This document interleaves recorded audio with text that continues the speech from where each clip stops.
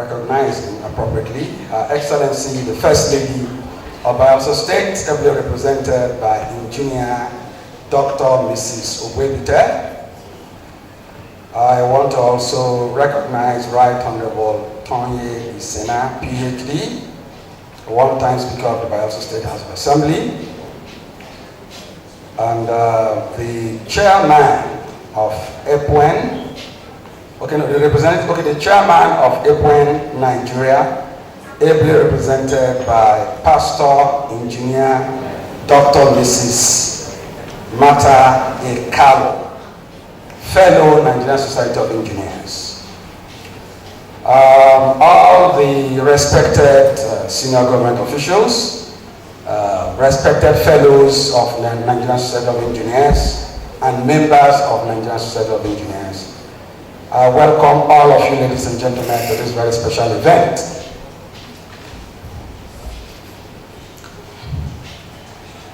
I've been rightfully introduced, so I don't need to go into that again.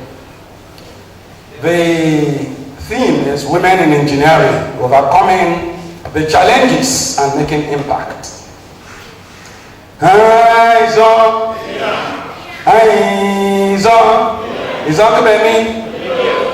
or not? There's no way to adequately express how delighted I am to be in your midst in this very special occasion of the investiture of APWEN's chapter chairman and inauguration of new executive and launch of Barbies and Boots Empowerment Project for Girls.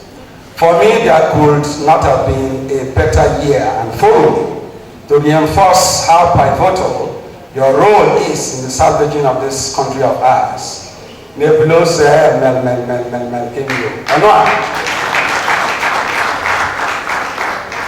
know that ordinarily a theme such as this will more often than not require a very successful woman, a professional woman engineer who has overcome some of the challenges in question, whatever they may be, and is clearly making an impact somewhere, wherever the impact ought to be made. However, for reasons that I can only guess, you have an IBENANAOWEI, the Benin of EKPETIAMA Kingdom, precisely, as Royal Father and guest speaker today. Since the EKPETIAMA Kingdom gives premium to excellence, particularly scholastic excellence, and takes every task seriously, I assigned two of our local thinkers, a male and a female, an engineer and a non-engineer, the tedious task of developing content for this event's theme. As anticipated, they returned after many days to make their eloquent presentations in manners typical of our thinkers. With the contest so keen, a winner could not be determined there and then.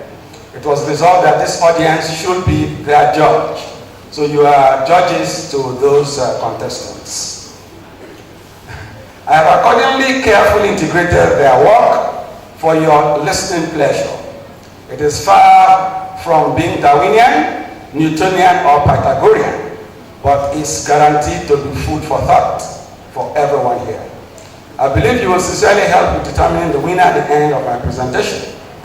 The winner of the bet will win big.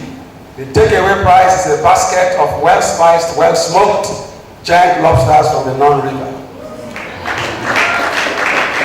So please help us. The stakes are very high back home. So here's the bet, my speech for today. I will specially salute the chapter chair, Engineer Ifeemi Ocholi Tula, MNSE, and others, and the other able members of APWEN Bayelsa State Chapter for putting this colorful, delicate noose around my neck. As choking as it may seem, I love it. I also salute the entire new chapter, EXCO, and members of APWEN Bayelsa State for this event. I similarly salute all fellows and members of the NSE in the House, and particularly Engineer Fumilola Ojelade, fellow President of APWEN as represented, and Chairman of this special occasion. For those 6 dogged women, the engineers who got tired of the challenges that taunted them, and other women engineers, the pace setters, the women who conceived and founded APWEN in 1982, I will specially salute you in absentia for your foresightedness in accepting to play the pioneering role, the role of the Almighty Creator in this part of the world. Honor. My dear distinguished audience, let me let you in on a little secret of mine. I am the last of my mother's 7 sons and was privileged to have been succored undisturbed for about 3 years.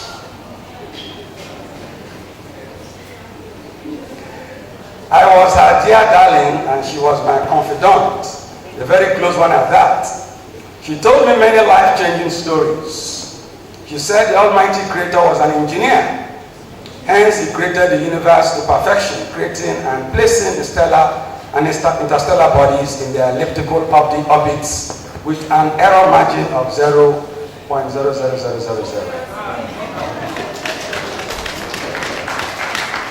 In the John cosmology, we have words like Ayiba, Aziba, Oginara, Tamana, Tamara, Tamono, Tamonoba, Woyengi, each being a name for the Almighty God. They each mean our Mother, the Creator. The Almighty God is a woman in the John cosmology. And since God is an engineer, the ultimate engineer of that, then in the same vein, God is not only a member of or fellow of NSE and APWEN precisely, but the indefatigable founder and perpetual president of APWEN.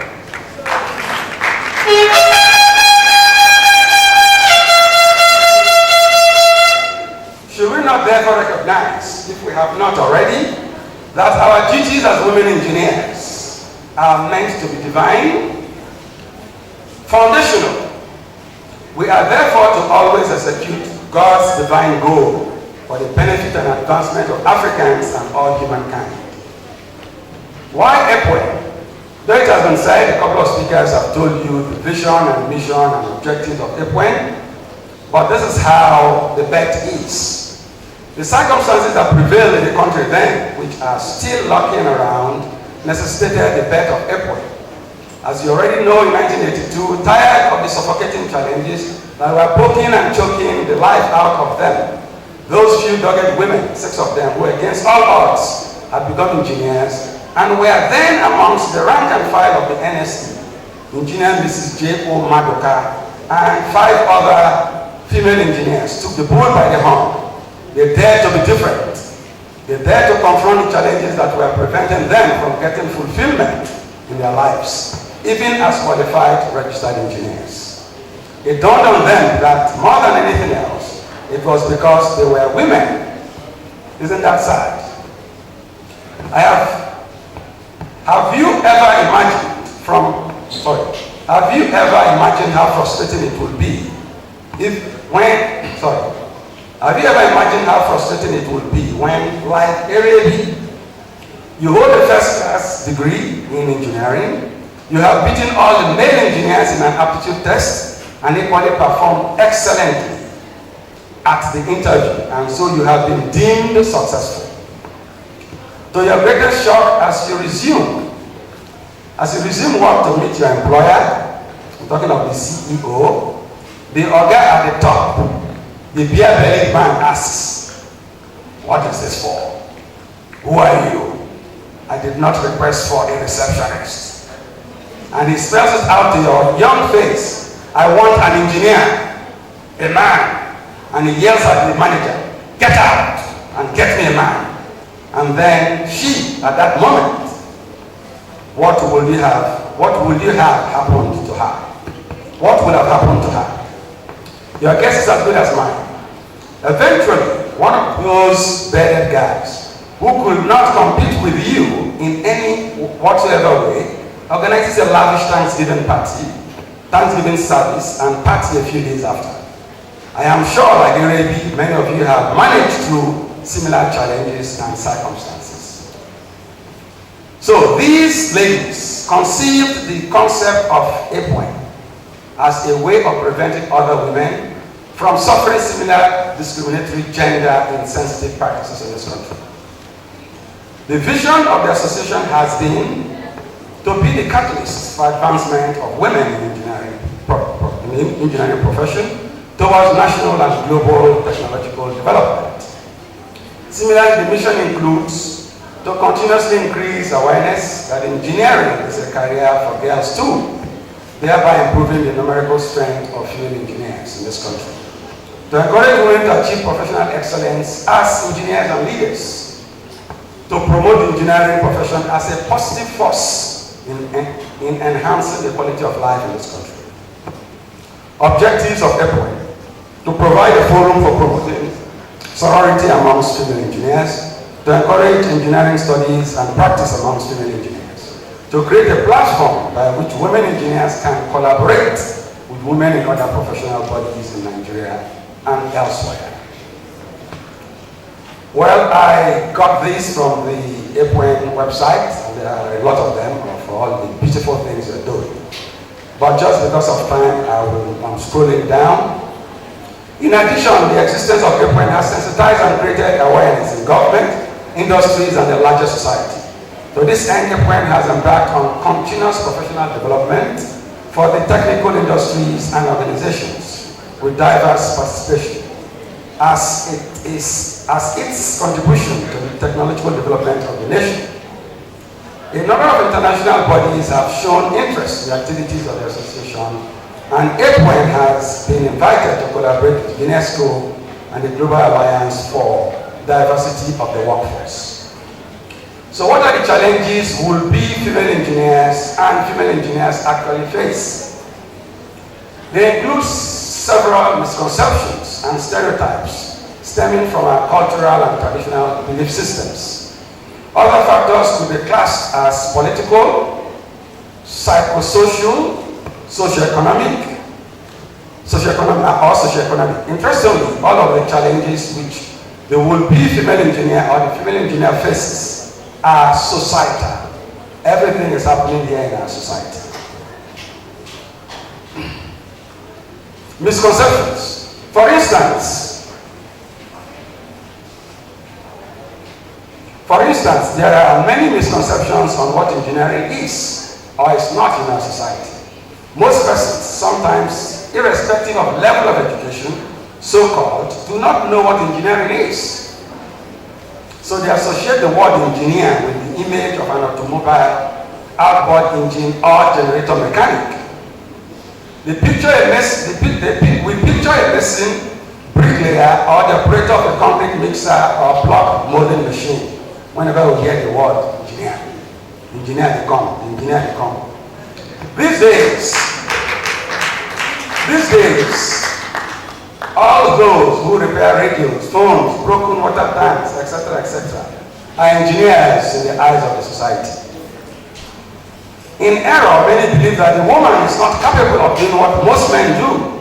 And so many persons in the society, especially men, feel that a woman should not be subjected to doing the hard and wrong. Stereotypes. There are several stereotypes which the society is proudly using against the woman. In this part of the world, most people erroneously believe that the sciences, or science, technology, engineering, and mathematics, STEM, are difficult, and so women should not be bothered with such rigors. Acting as if the female human brain is different from their counterparts, from their male counterparts. They will ignorantly project that the woman will not cope and insist on it. Emphasizing their vulnerabilities, they say women as young girls will get pregnant in school or shortly after. And we have all been witnesses to this, that they will eventually get married and will not be useful to their maiden homes, and so should not be sent to school in the first place. And some people do that. Talk less of reading STEM subjects that will lead them to one or another of the exclusive branches of engineering where they will eventually set to meet their Waterloo. Unfortunately, worsening this fear, some have actually gotten pregnant, died while procuring abortion, or gotten married after secondary school, and so on. Others got into the university, proudly failed out, while some graduated as engineers and then got married and were not financially useful enough to their maiden families. Some others are out there still looking for placement opportunities that are not coming because there aren't so many, or the employers, overwhelmed by one stereotype or another, simply prefer male engineers. As sad as it is, some believe that a man, even if he has a past degree in engineering field, is still adjudged better than a woman with a 2-1 in the same field. However, nothing could be further from the truth than these. These are all called stereotypes. Yes, as earlier said, I know that despite the numerous challenges we have been having and will keep having, there are several isolated cases of young women becoming engineers, overcoming the numerous challenges and making impact in their chosen fields of engineering and in other facets of the larger society. Today we have, in APWEN, we have well over 3,000 members in the last 36 years. That is a lot of progress if you ask me. So I congratulate all the female engineers or women engineers in the house. What else will affect APWEN's lofty vision and mission and objectives? Aside the discriminatory practices and similar challenges that adversely affect potential female engineers and female engineers, which APWEN has been dutifully tackling with droves of lofty programs over the years, could there still be some other challenges? Could there still be one or two other key challenges that could be inimical to the potential female engineer or female engineers? The answer is in the affirmative. I believe that is why I am here today. By my nature and nurture, I am in the habit of looking for root causes of societal challenges, examine them and attempt providing real solutions. I believe that is the only way to break the circle in question. Let us imagine how the underlisted trending headlines on social media from Wahala Town will affect the growth of STEM and engineering amongst girls. So I'm reading the news. A bus carrying students collides with a trailer and all students die.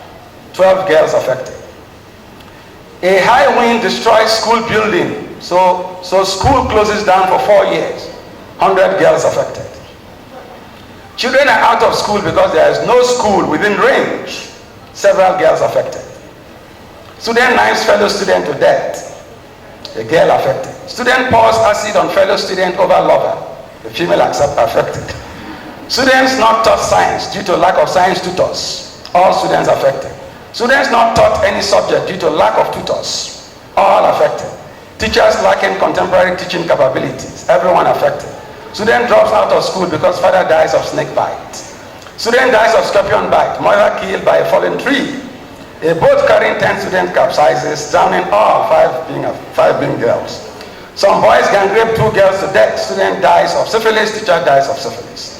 A big man rapes student to death and law enforcement unconcerned. Police shoots protesting students to death. Students listen to singers' vitriolic tune.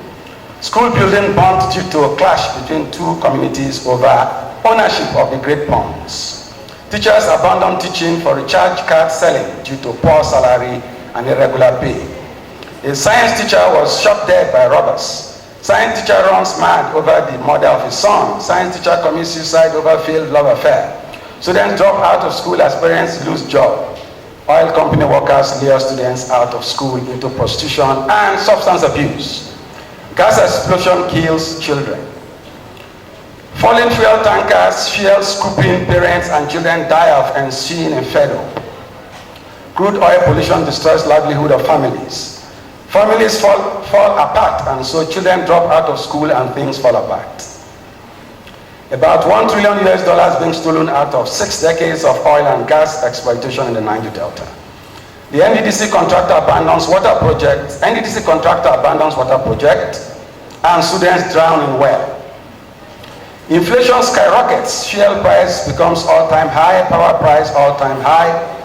Currency devalued again, so naira value all-time low. Students die of polio, malaria, typhoid, or cholera. A girl drops out of engineering faculty for not succumbing to sex for grades. Armed group abducts schoolgirls, marries some and sells off others as sex slaves. NAPTIP intercepts a bus load of girls on their way to the border town of Sati, but trafficker escapes justice.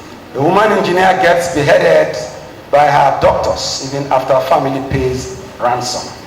The woman engineer dies during surgery. A woman engineer dies from food poisoning. A jealous husband murders his engineering wife. Events like APWEN's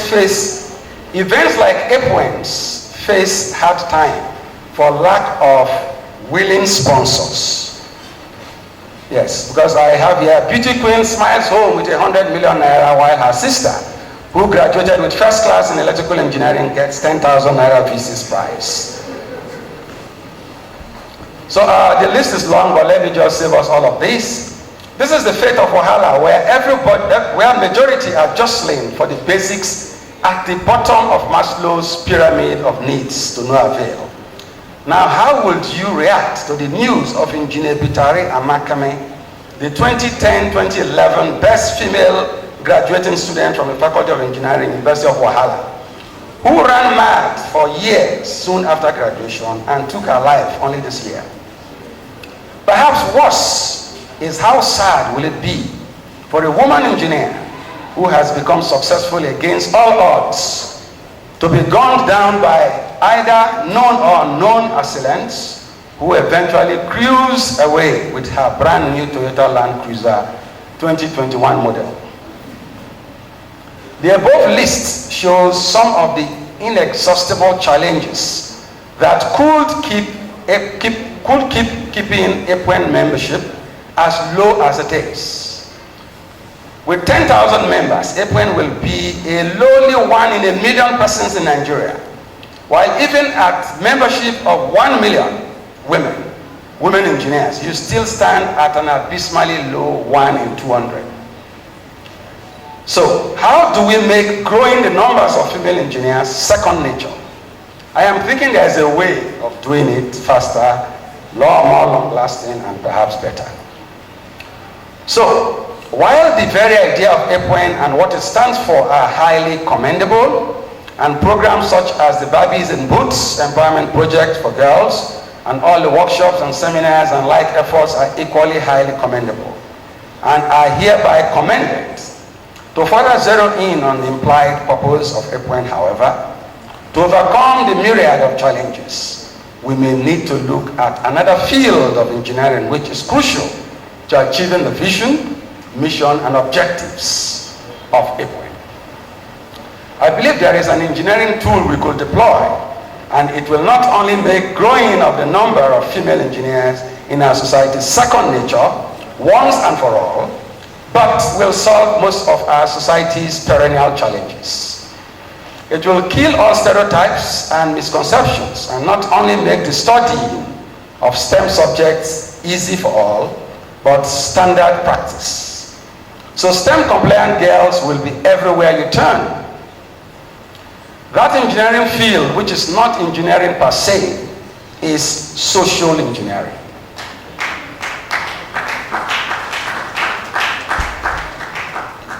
And the social engineering I mean here, which is defined by Oxford Dictionary as being the use of centralized planning in an attempt to manage social change and regulate the future development and behavior of society. So if social engineering is employed, APWEN will catch fire. I can tell you that most of what you have been doing in APWEN is unarguably also social engineering. Your mission says it all, improving the numerical strength of female engineers. That's social engineering. Being better engineers and leaders in the society. Being a positive force in enhancing the quality of life of persons in our society. However, as a slight adjustment of the standard APWEN practice, this time we may need to work towards a purpose-built, all-encompassing vehicle for the emancipation of our mind from mental slavery. That is the real malaise. So all your challenges are, wrapped in one, social malaise. We have to do the deepest and most honest retrospection and then re-educate ourselves Our APWEN and by extension our homes, our communities and a larger society. The purpose-built vehicle has to be built with the best social engineering tools and brains. Engineers who are numerated by training have to learn and master the social engineering tools and get to work. The vehicle must cover from the very beginning in the womb of the woman, through childhood, adolescence and adulthood to a ripe old age. The purpose-built vehicle for the re-education of the Nigerian must be the ultimate vehicle, the ultimate curriculum that would make the woman engineer who is intricately connected with the rest of the society overcome the challenges of our society and make impact. A great impact at that. That vehicle must include history, the study of history, communication, STEM, and all. The human brain, when properly and timely groomed, is capable of any and everything. Examples abound everywhere you turn. Look at China. What were they in the 1970s? What of Singapore? What were they only a few decades ago relative to Nigeria? I think the older persons know all of these. You tell me. Though sad to say, we are no doubt clear victims of imperialistic machinations which commenced about 500 years ago, eating us up little by little by little. You need social engineering expertise to properly achieve this. My respected chair and distinguished guests, let me tell you yet another story to drive home my argument. This one is not from my mama or this story. Though it is stilted, it is titled The Journey. I believe it is a fairly familiar one because you have all embarked on a journey of a sort at one time or another. And having journeyed here today implies that you were on a previous journey. Abi? After one journey, there's always another journey. Some say what you know, and what you don't know, you don't know. So here's the journey. The journey in question starts with the race, which is a combination of the endurance run, the long distance run, and the sprint. It is a winner takes all kind of race. The prize of the race is for the runner, who is usually only half of a whole, to become whole on winning. So you have to be half a half, and then when you win the race, you become whole.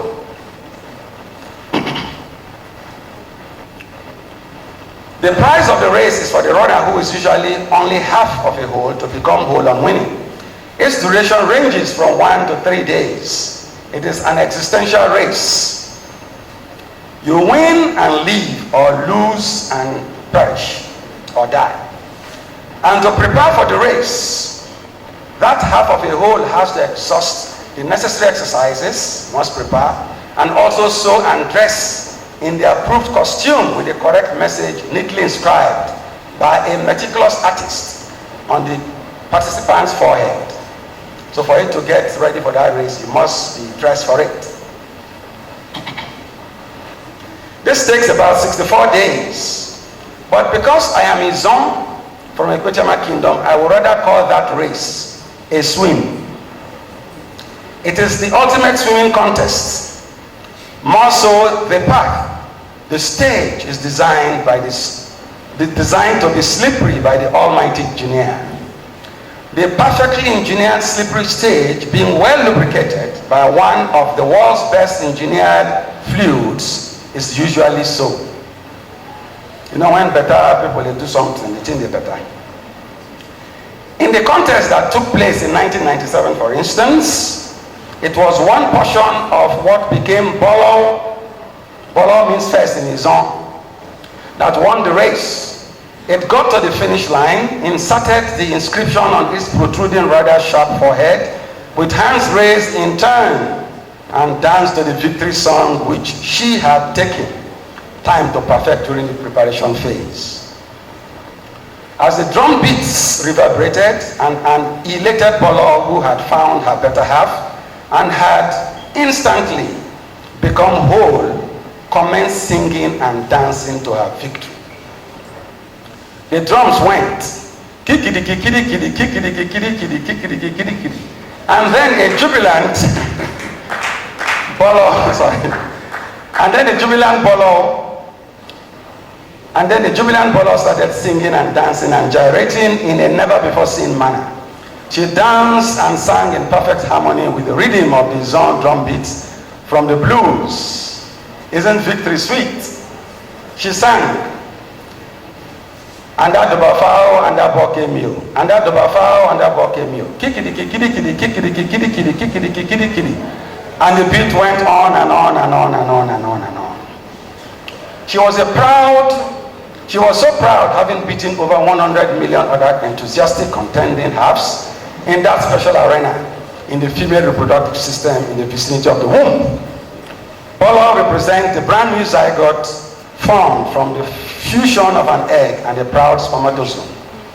Well, whether you are wondering why this story or not, it's because you were the winner of a great swimming contest yourself some years ago. I congratulate all of you.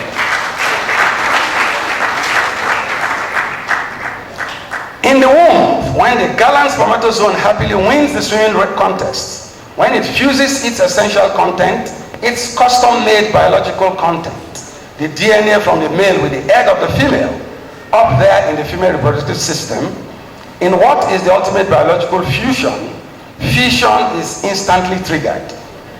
That embryo increases in size by the day and could end up as a singleton, twin, triplet, or more babies 9 months after. What is noteworthy here is that while the fusion and fission take care of the nature part of the evolving human being, the nurture part, the learning processes which eventually produce the APWEN and other members of our society commences instantaneously. So naturally, learning starts in the womb of the woman, whether APWEN or not. STEM teaching could therefore start in the womb, and should start in the womb. STEM teaching should start in the womb so that we end up with bouncing or non-bouncing, but STEM compliant, socially engineered babies. Nurturing after birth then becomes what? Easy. After birth, however, the woman again is fortified to play the role of educating and socializing, grooming the child such that he or she becomes STEM compliant or otherwise. And should anything or should everything go wrong, don't we know where we should look at? You groom somebody and the person does not come out well, who is responsible? Should we resolve to fix it then? As members and fellows of APWEN and members of the Nigerian Institute of Engineers and fellows, we can also clearly see where the problem stems from. So, you groom the child or you groom the children. You mother them, as by mama, not mother. You mother them, you husband them, you create that husband that returns to roost every night in one comfortable nest or another, based on how well he was groomed or re-groomed. What I am saying here is that solving the problem of stereotyping and discriminating and stealing, illiteracy or numeracy, begins from the womb of a woman or a girl. So fix the family and the society will be fixed. Leaving parents out and doing anything else is begging the question. It is like groping in the dark. Though you will achieve some results, but it will only be some results. Not so much, just marginal. Of course, you recall that when our chapter chairman was addressing you, she mentioned the role of her parents. She gave special credit that she's like this because of the way she was what? Raised. That's what I'm talking about. Let me make some passionate appeal today. I will appeal to the fellows and members of APWEN from the bottom of my little heart to consider the re-engineering of our society very seriously. The reason is that you are over 3,000 female professional engineers. You are over 3,000 numerate individuals with that priceless organ called the womb. You are the mothers and the wives and the big aunts. You are amongst the most numerate individuals on planet Earth today. So would you rather be kidnappers and rapists and thieves? Or would you rather be arsonists and con artists and so on? Would you rather do nothing and wait until you all fall victim one by one to what is closing up by the day? You sure will choose wisely, being very special minds on planet Earth. I believe that for APWEN to achieve its goals, including its social engineering goals, members have to be politically active. You must take up leadership in the larger society too. So you could make the difference we so desire to make faster. To get political leadership positions and remain focused on giving well-meaning services to our society. You can take over the affairs of this country. You know you can, and sure you can. And you should. You can take over as president of APWEN. You're already president of APWEN, which is already yours. And also of Nigeria. Yes, that's what I mean to say. And that is possible too. You should take over as governors. There are 36 of such portfolios. And take over as deputies. There are another 36 of them. And then you become legislators. Take over from the Senate. and become ministers and commissioners and CEOs and all. You have what it takes. Not just as ministers and commissioners of education or VCs of schools and heads of the regulatory bodies of academic institutions, but as numeric persons, you would not only advocate for the changing of the current anti-social educational curricula in the academic institutions of this country, but will change them to people-centered, problem-solving, nation-centered, productive ones. Have you ever imagined when leaders all become numerate? You all know numbers. There are a lot of people here, just as people say, if a big reach this house, some people know they see it. Now so some know they see number. If you like, make the number reach from here to heaven. They don't see it. So they are enumerate. And then they emphasize the nurturing of the African child from day one in the womb. Why do you think that some persons speak from 3 to 13 languages with ease? In South Africa, speaking 3 or more languages is almost second nature. Are you surprised that the early philosophers were mathematicians, scientists, engineers, politicians, polyglots, soldiers, composers, artists, writers, as well as good cooks for this same reason? They were good in every field they focused on because they were so groomed, which means grooming makes all the difference. Most, if not all, of the societal needs which impinge on developing STEM generally, and amongst girls in particular, which I listed previously, come from lack of character. Good character or attitude makes people overcome most challenges with ease. It is also a key reason why people make impact. It could be why one person works hard and another does not. That key factor could be fixed from the womb and on the mother's laps. It is often destroyed there, so could also be fixed there. It is normally fixed from the womb, from the home, the family, taught by the parents, the mother in particular. A game-changing caution is for us to beware of wolves in sheep clothing. I say so because being from this society of ours, an APWEN member could also have character issues. Though character is complex, a good one is sure required for the society to develop properly for all citizens.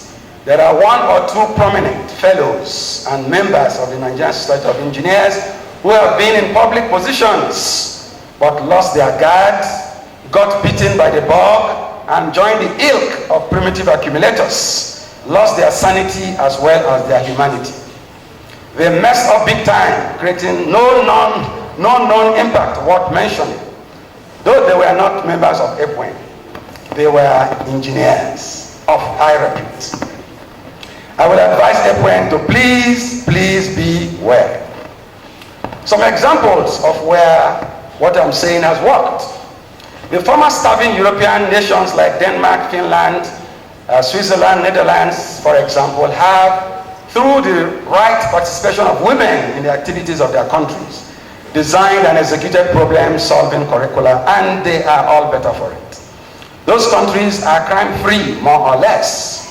Crime-free, no crime, no thieves. Those percentages against, okay, so if you see the script, there are some percentages, they are all 99 and above in terms of literacy and so on.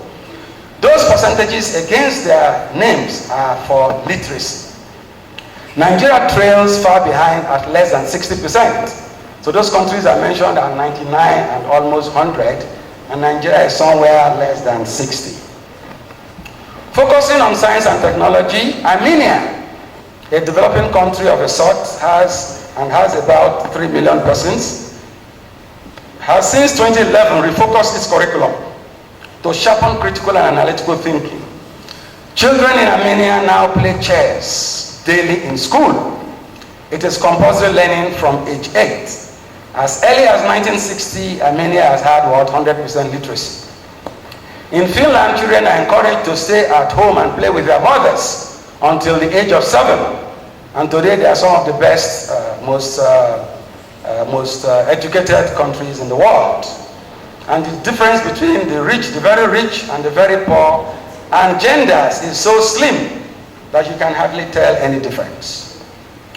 Culturally speaking, we used to have functional, safe, and secure societies in this part of the world too, which worked well when others abroad fluttered. So some time ago, we were like that, and the Europeans were in their caves. But today, something else has happened. And available archaeological, historical, and oral traditional evidence points to the affirmative. You must have heard of the Great Benin City Wall here in Edo State, which was 4 times longer than the Great Wall of China. No thanks to the British who maliciously destroyed it. There are some interesting accounts of how stunned the Portuguese explorers were at the vastness and sophistication of the Benin Kingdom in 1485 when they first got there.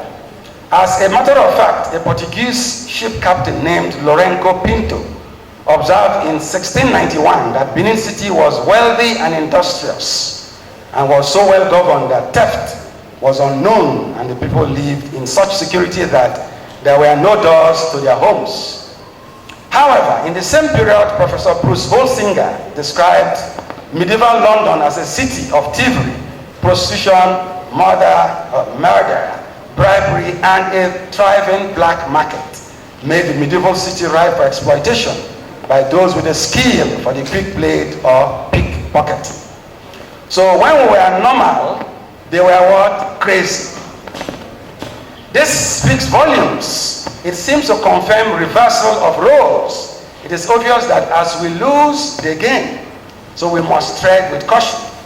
We were generally more empathetic in those days. And since the so-called Western socializing influence came, with Western imperialism, we have been on a downward spiral. The more we wriggle, the deeper we sink. APWEN is the saving grace. You have to bring us out. In closing, I will say I believe that my stand as a father on today's theme and the many lofty efforts of APWEN, including those for this event, are crystal clear. I passionately want a society where people are not only literate but are also properly educated to be equally what? Numerate. So that every individual will develop to his or her full potential and help in sustaining a better society. Where the challenges we see now, we shall see no more. They will cease completely. They will cease completely. Consequently, I hereby reiterate my earlier passionate appeal, knowing that a very high percentage of our society is illiterate. But you are engineers and you are women and you are numerate. So now I talk to you must help in this presentation. I believe and strongly so that you will internalize them, and the over 3,000 women strong APWEN will launch the mission to recalibrate our society as the engineers, the social engineers, the true engineers that you are. And in a few years we shall sing a brand new song. While some say it is a man's world, they also are quickly They also all quickly add that it will mean nothing without a woman or a girl. I concur and I conclude. I believe, just two more sentences. I believe you all know who the winner of the basket of the EKPETIAMA giant lobsters is by now. Thank you so much for indulging me with your professional attention.